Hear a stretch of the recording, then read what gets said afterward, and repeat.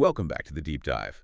Today, we're doing something a little different. A little bit, yeah. Usually, we try to arm you with information, make you smarter or, more efficient, better at your job. But today, I want to talk about the part of you that is, well, none of those things. The less productive part. The much less productive part. I want to talk about the part of you that makes bad decisions. The part of you that has, I'm sure, kept you up at night just staring at the ceiling, wondering why you sent that text. Oh, yeah. Or why you can't stop thinking about someone who is, if we're being honest, objectively terrible for you. We've all been there.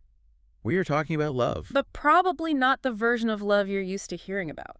Definitely not. We are not doing the Hallmark card version. Not at all. We are diving into a source that argues, and I mean quite aggressively, I might add, that the thing we cherish most, our romantic agency. The idea that we're in control. The idea that I chose this person because we have so much in common is basically a total illusion. The premise here is that you aren't the author of your love story. You're just the vessel. It's a bit of a cold shower for the romantics, isn't it? It's a bucket of ice water. But it's also strangely validating. I mean, the source material we're working with today is a text on the biological imperatives behind our emotions, specifically a chapter called Falling in Love. Right. And the central argument is that, we like to believe we are these rational actors. We think we are in the driver's seat of our lives. But this source just says, no, you didn't choose anything. It argues that falling in love is actually a biological hijacking. Hijacking. It's a coup d'etat orchestrated by your genes to serve an agenda that has nothing to do with your happiness, your career, or your peace of mind. A coup d'etat. I want to stick on that for a second because that's a powerful phrase. It implies violence. It implies, a hostile overthrow. It does. And the author starts with this really personal story that sets that tone perfectly. He talks about his own life right around the time he turned 30. He sets the scene by saying he was born around the time rock stars stopped holding guitars over their hearts and started holding them over their crotches. Which is such a brilliant cultural marker, isn't it? It's perfect. It just immediately signals a shift in how we perceive desire moving from the sentimental, the heart, to the visceral. Pelvis. Exactly. But the author's point is that while all that stuff, the hairstyles, the music, the ideologies, it all changes, our Pleistocene emotions do not. We are running ancient software on modern hardware. So he talks about his 20s, his roaring 20s, ending with a crash at 29. The phrasing he uses is really specific. He doesn't say, I fell for the wrong person. No, not at all. He says, my genes invested in the wrong woman. My genes invested. That creates a separation immediately, right?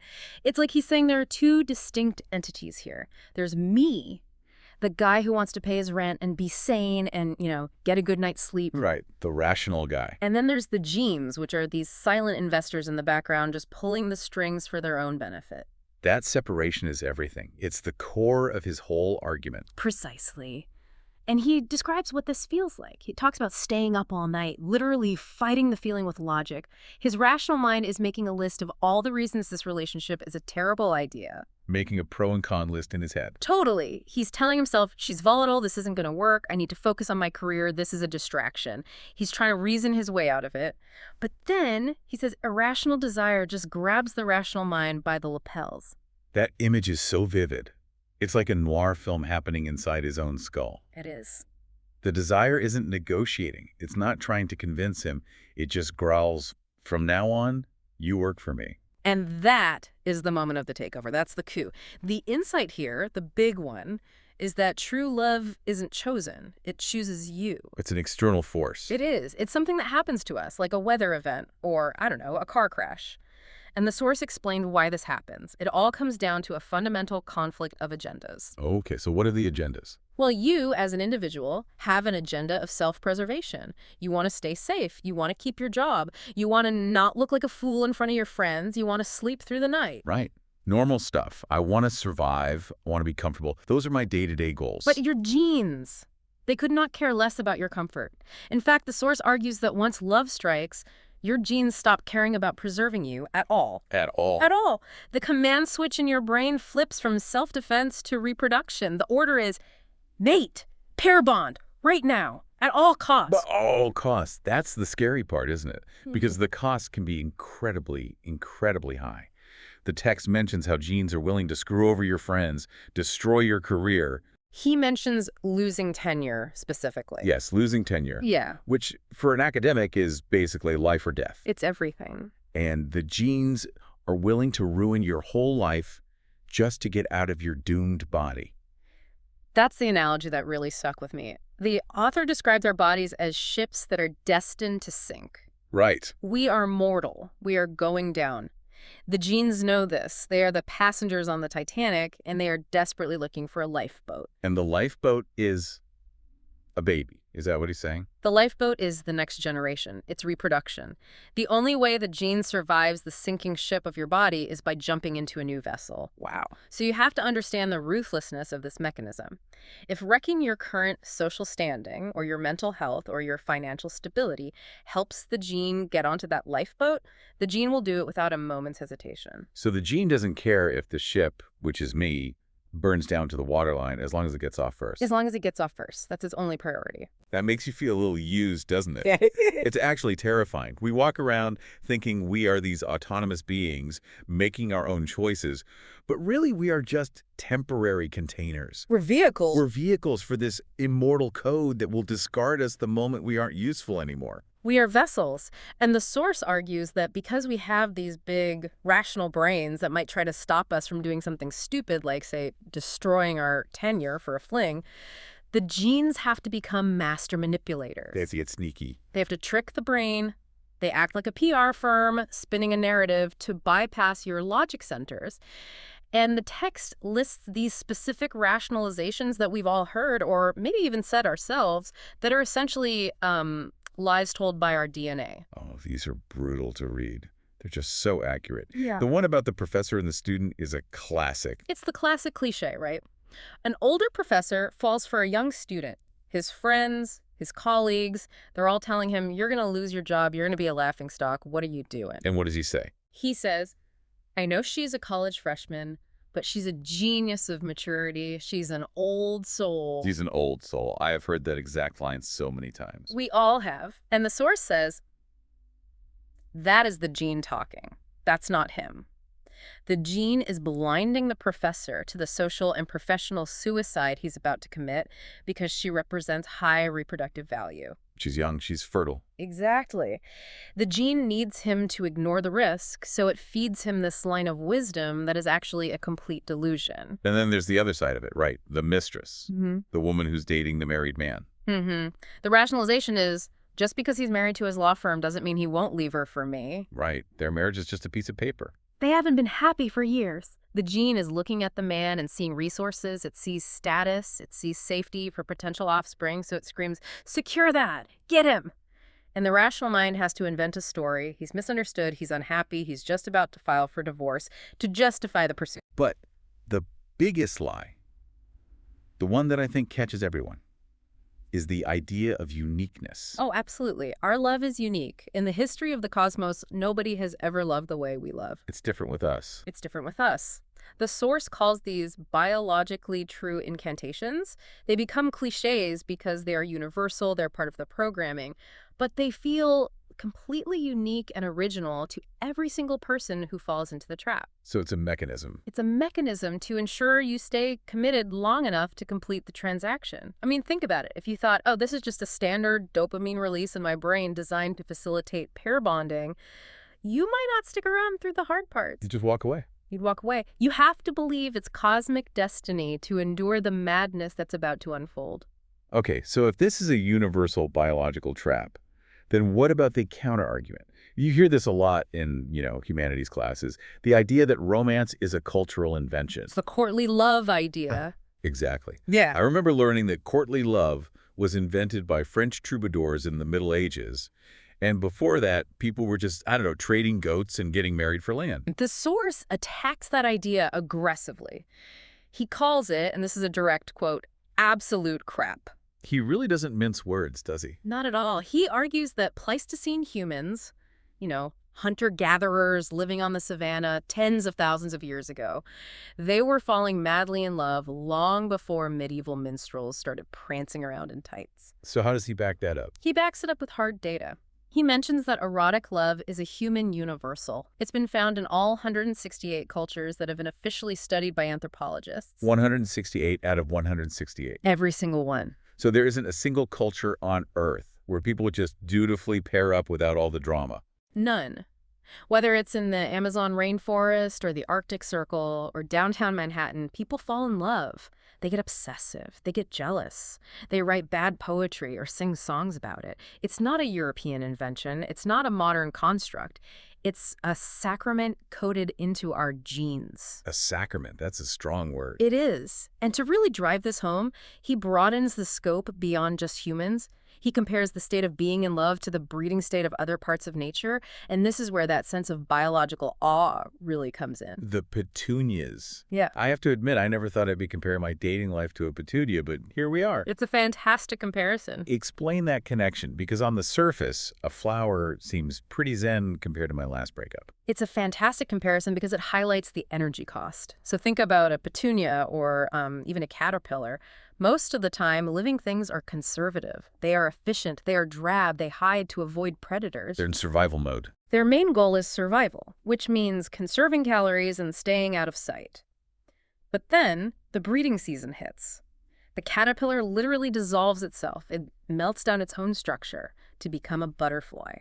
The petunia, which is usually just trying to survive, suddenly goes crazy. How so? It expends massive amounts of energy to create these vibrant, beautiful, fragrant flowers. It becomes extravagant.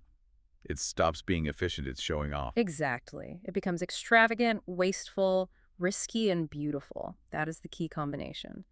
Nature becomes showy to trade genes. A flower is basically a billboard that says, "Look at me, I have so much energy I can afford to waste it on looking good." I see where this is going. The source applies this directly to us. We are generally pretty good at thinking clearly and surviving socially and being rational until it's time to trade genes. And then we transmogrify. Transmogrify, that's a Calvin and Hobbes word. That's the perfect word for it. We change form, we transmogrify into the state our sanity was actually built for, madness. Our sanity was built for madness. That's the argument. Biologically, there is no purpose in life other than to copy genes. That's it. And biological beauty, whether it's a peacock's tail or a human love poem, it doesn't exist in order to copy genes. That's a subtle but important distinction. It is. It exists because, in the past, that kind of wasteful, risky, beautiful behavior happened to successfully copy genes. It's not a forward-looking plan, it's a backward-looking selection. The madness worked. The madness worked. The ancestors who played it safe, the ones who said, you know, I really shouldn't risk crossing that river for a mate, or I shouldn't fight that rival, I might get hurt. They survived, sure. But they didn't reproduce. They didn't reproduce. We are not their descendants. We are the descendants of the lunatics. We are the children of the ones who risked everything, who went mad, who obsessed. We inherited their madness because their madness is what allowed them to pass the baton to us. So we have this ancient imperative driving us. We are the children of lunatics. But we also have these big modern brains. We have 401ks and tenure tracks and social reputations. The source describes this as a war inside our skulls. A war between the neocortex and the hypothalamus. Yeah, let's break that down. Can you break down the players in this war? Who's who? This is the anatomy of the conflict. So in one corner, you have the neocortex. This is the newcomer in the skull. It's the wrinkled outer layer of the brain responsible for higher order thinking, language, future planning, social nuance. The smart part. The smart part, the part that's listening to this deep dive right now, it is incredibly energy expensive. The source calls it a consultant. A consultant, I like that. It implies it gives advice, but it doesn't make the final call. Exactly. The neocortex was invented by evolution to help steer the heart through these complex social communities we live in. It's the risk manager. It can write you a detailed report saying, "Sir, dating this person will result in a 90% chance of public humiliation, financial ruin, and the loss of your standing in the tribe." It has the data, it has the logic, It has the charts. It's got a PowerPoint presentation ready to go. and in the other corner. In the other corner, you have the hypothalamus. The source calls it the heart. This is the ancient brain. It has a very, very old friendship with the genes. It's been around since the beginning of vertebrate life. It regulates hunger, thirst, sleep, and crucially, sex. It gives the orders. So what happens when they clash? When the power struggle happens, the neocortex argues its case. It presents the pie charts and the risk assessments. But the hypothalamus simply hits the override button. It wins because it serves the master, the gene, which is as old as life itself. The consultant gets overruled by the CEO. Every single time. There's that quote from the text that really hit me. Reason is the servant of its master. We think we're making decisions, but we are actually just rationalizing impulses that have already been decided for us by the hypothalamus. The source uses a few powerful quotes to hammer this home. One from Heathcote Williams, who said, "Reason is emotion for the sexless." Wow, that is a dismissive quote. It's brutal, isn't it? But it suggests that logic is what you have left when you don't have that biological drive. And Francis Bacon, way back in 1625, said, "It is impossible to love and be wise." You can't be both. You have to pick one.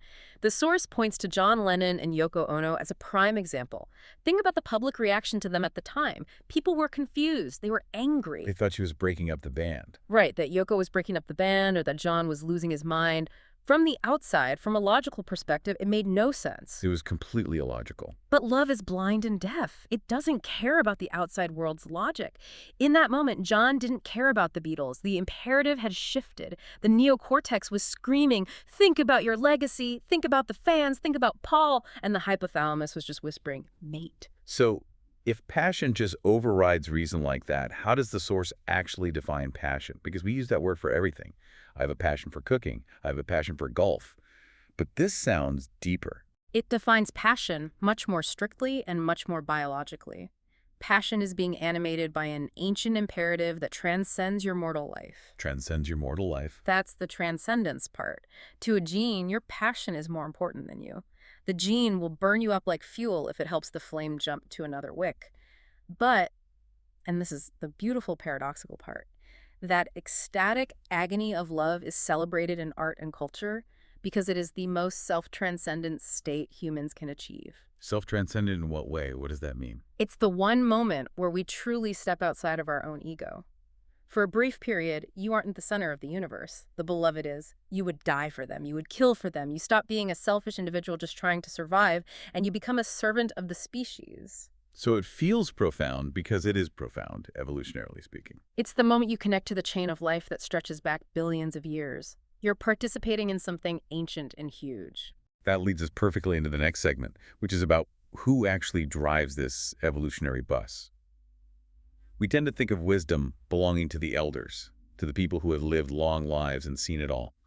But according to the source, the steering wheel isn't in their hands. No, it's not. It's in the hands of teenagers. This was a fascinating flip of the script for me. Usually we think of teenagers as works in progress, right?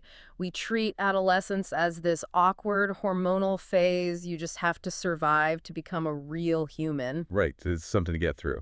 But this source argues that teenagers are the point. Teenagers hold the keys to evolution. Because they're the ones doing the breeding, historically. Historically, yes. Most humans who have ever lived exist because of the passionate, reckless, insane impulses of the young, not the sober, calculated decisions of the mature.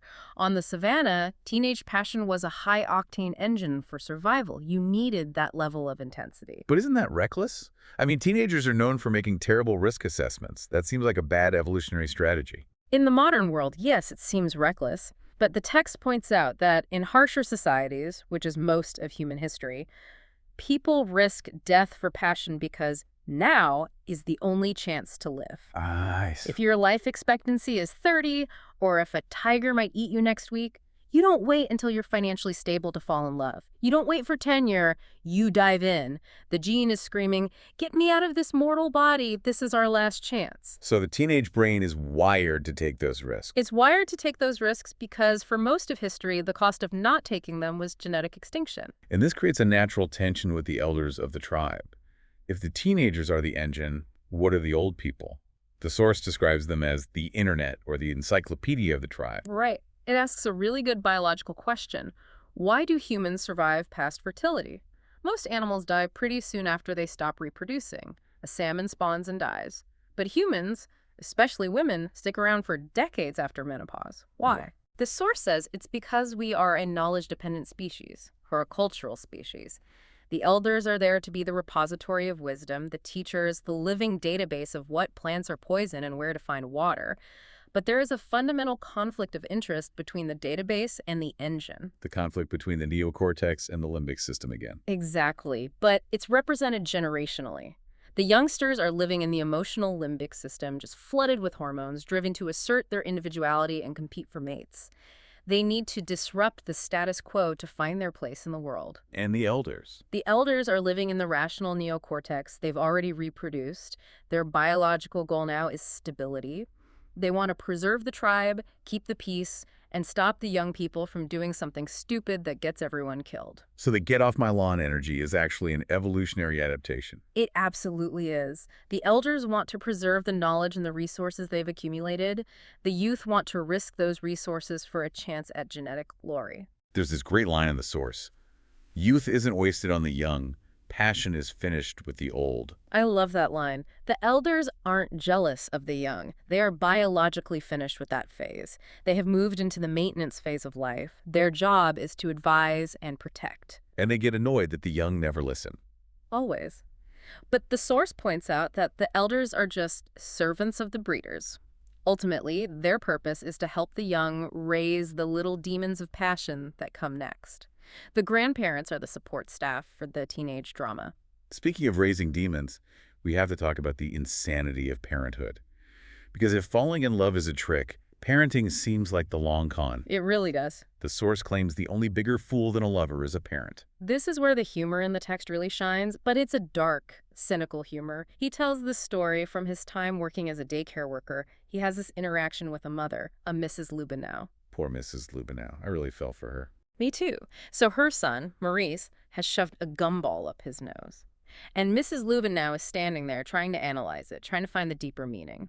She thinks it's a subliminal message that he needs more attention, or that he's acting out some complex psychological drama from a dream he had. She's searching for the why. And the author is standing there just biting his tongue, thinking, no, Mrs. Lubinow. Maurice shoved a gumball up his nose because Maurice is a moron. He follows that up with, let's face it, all 6-year-olds are. But the deeper point is that parents have to be delusional. It's a requirement for the job. If parents saw their children objectively, as these loud, messy, expensive, resource-draining creatures who shove gumballs up their noses, they might not invest so heavily in them. They might say, you know what? This isn't worth the effort. Exactly. They might cut their losses, but the genes can't allow that, so they blind the parents. They flood the parental brain with oxytocin and love and this fierce protectiveness. The genes know that the children are now more important than the parents. The lifeboat has launched. The lifeboat has launched, and the parents are the sinking ship. The genes program the parents to sacrifice themselves without question. You cannot turn off the pain of parenting or the love of parenting any more than you can decide to turn off a heartbeat.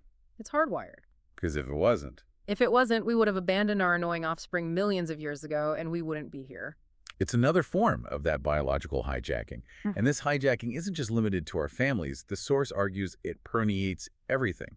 Civilization, art, religion, it's all just sublimated sex. This section really blew my mind because, like you, I tend to think of art with a capital A as something higher, something pure, something that transcends our base instincts. Right. It's supposed to be about beauty and truth. And the source just says, look closer. He calls it the ubiquity of sex. He throws out this challenge to the reader. Try to have an intimate conversation without referring to sexual passion. Try to tell a joke that doesn't rely on it in some way. It's nearly impossible. It is. The mind is physically incapable of being free from the gene's goal. It's the background radiation of our entire existence. It's always there. And when we look at art, the source has some, let's just say, provocative interpretations of the classics. He starts with the Sistine Chapel. I mean, this is the Vatican. This is arguably the holiest site in Christendom. The heart of the Catholic Church. And what does he see when he looks up? He doesn't just see theology. He sees a gay man's erotic fantasies. It's a bold claim. It is, but he backs it up. He points out that Michelangelo's women look like men with slightly different chests. They are muscular, they're hulking figures. And he points out the composition faces positioned very close to penises, bodies writhing in physical contact all over the ceiling. He calls the whole thing a big ejaculation of artistic energy. That is quite an image. I'm never going to be able to look at the creation of Adam the same way again. But his point isn't just to be shocking. It's to argue that the incredible energy Michelangelo used to paint that masterpiece was sexual energy. It was sublimated. He couldn't express his sexuality openly in his society, so it exploded onto the ceiling of the Pope's chapel. The passion for God and the passion for the body, he argues, come from the same biological well. And he does the same thing with the depictions of hell, right? The Renaissance paintings of the damned, Hieronymus Bosch, Signorelli. Exactly. We usually think of these as terrifying warnings, don't sin, or this will happen to you.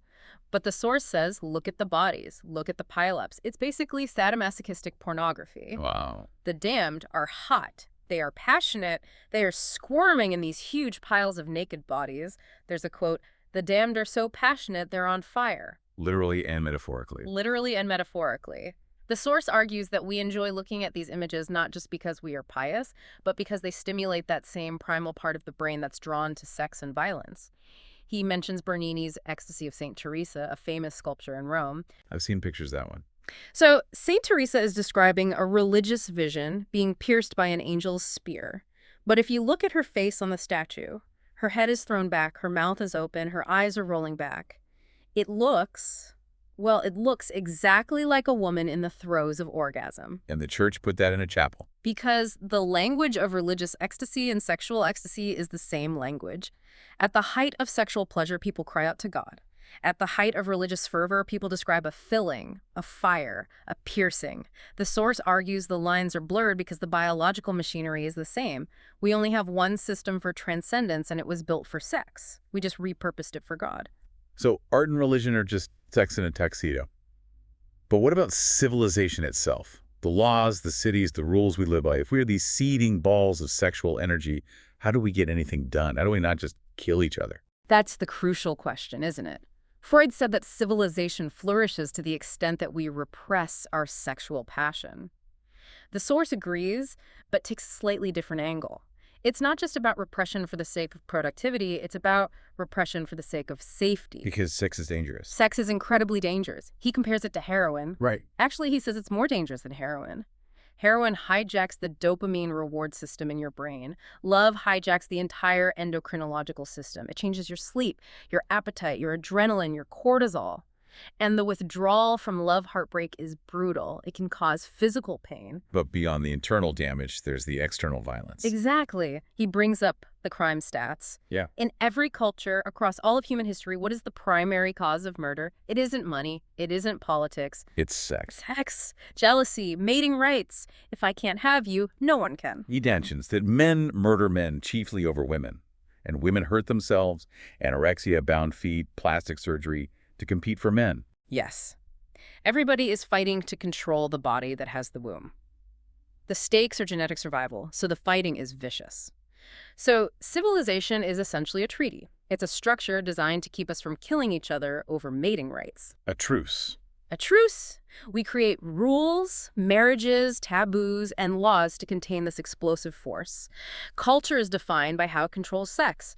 If we let the biological imperative run wild, society collapses into chaos. So we build these walls of manners and laws to hold back the tide. But the tide doesn't stop, does it? We grow up, we maybe get wise, we settle down, we follow the rules, and then the source talks about wave 2. The midlife crisis. This is the gene's second wind. We think we're safe. We've hit 45 or 50. We've used our elder power to control the foolish young. We are respectable members of society. We have a mortgage and a sensible car. Exactly. But then the genes check the clock and say, hey, you're still breathing. You still have resources. Let's try this again. And suddenly the respectable lawyer is buying a convertible and flirting with the barista. Or the devoted mother walks out on her family to find herself with her yoga instructor. A rational 45-year-old is suddenly willing to destroy their marriage, their reputation, everything they spent decades building for a new beloved. We become fools again. We become fools again. The source argues this isn't a moral failing, it's a biological reboot.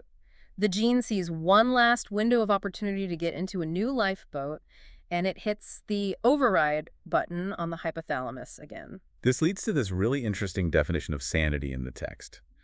I think most of us think of sanity as seeing reality clearly, being objective. But the source says sanity is just the pathology that functions. That's a haunting definition, isn't it? Sanity is merely the pathology that functions. It really is. Think about it. If you saw the world as it really is, a terrifying competitive void where everyone you love will die and the universe doesn't care, you freeze. You couldn't get out of bed in the morning. You couldn't function. So your brain hallucinates a world where you are safe, where your 401k matters, where your social reputation is real. That is a delusion, but it's a functional delusion. It allows you to operate. So we call it sanity. And love is just a different delusion. It's a different functional delusion. When you fall in love, your function changes. Your primary function is no longer to be a good employee or a safe driver. Your function is now to breed. So your sanity has to shift to accommodate that. So what's sane changes. It's suddenly perfectly sane to risk your life, to ignore your friends, to engage in reckless behavior, because that now serves your primary function. This is why the person in love looks at the regular world, the people worrying about taxes and traffic, and sees zombies. They think, you people are asleep. I am the only one who is truly awake. And the regular world looks at the person in love and sees a lunatic. They see someone who's destroying their life for no good reason. And the scary part is, they are both right, within their own biological context. And the source emphasizes these aren't just psychological shifts. They are physical. Deeply physical. The mind physically changes based on the glands. We are marionettes, and the puppet master uses liquid strings of blood hormones to pull our limbs and direct our thoughts. Liquid strings of blood. That is so poetic and so terrifying at the same time. It explains why we can't just snap out of it. You can't. Yeah. You can't decide to stop being in love any more than you can decide to stop feeling pain when you're cut. The source says, pain and love never listen to me. They give the orders, and I follow. You are the passenger, not the driver. But it's not all bleak, right? I mean, being a passenger can be terrifying, but the ride is also, well, it's everything. This biological imperative is also what gave us our soul. Yes, that's the redeeming arc here at the end. Our neocortex, that thinking, worrying part of the brain, it was built for sociality. We need to connect with others to survive. Right. And the source breaks down the 3 types of connection, all driven by genes. Okay, what are they? There's family, with whom we share past genes. There are lovers, with whom we pass on future genes. And there are friends, who are alliances to help us compete for genes, either by helping us find mates or protecting our offspring.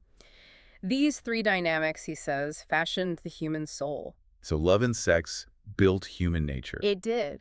We are designed to connect. We are not solitary creatures. The very things that make us crazy are the things that make us human.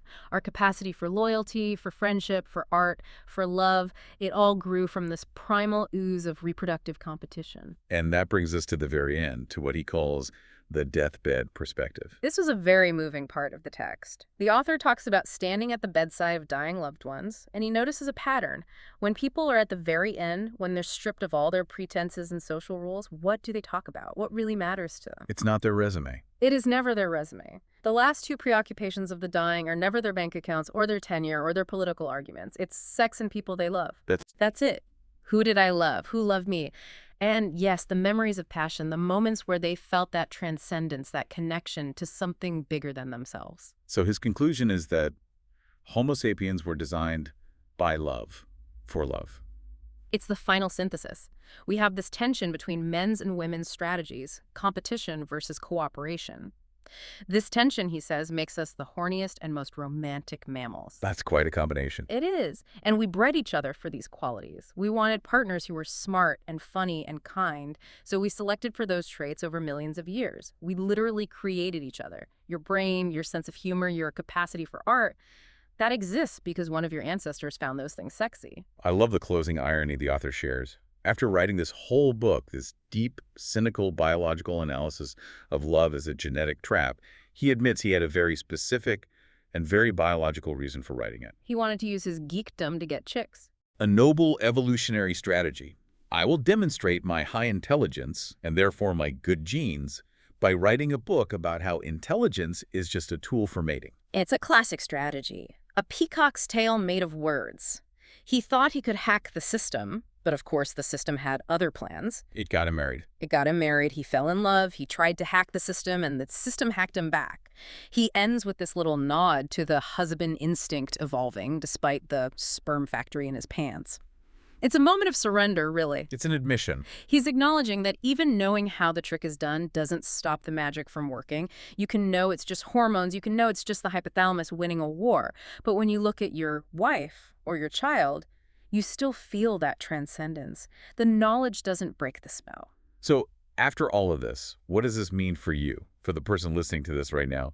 Where does this leave us? I think it raises a profound and maybe unsettling question about identity. If our rational mind is just a consultant and our passions are just us reading a script handed to us by our DNA, then who is the I that is listening to this? Right. Who is the you that you think of as you? Is your interest in this topic right now just your genes trying to find a better strategy to replicate? Are we just the neocortex trying to get a peek at the hypothalamus's playbook? Are you trying to understand love so you can find it? Or keep it? Or get over it? That's your genes talking. It really challenges the idea of the self. But maybe, and I think this is the final takeaway, maybe there is a strange comfort in that. How so? We aren't failing when we act irrationally in love. We aren't broken when we get our hearts broken. We are succeeding at being what we were built to be. We are participating in a chain of life that stretches back to the first cell. There is a dignity in that madness. A dignity in madness. I think that's a perfect place to leave it. We are all just ships destined to sink, launching lifeboats into the future, steered by a captain we can't see but must obey. Beautifully put. Thanks for diving deep with us. We'll see you next time. See you then.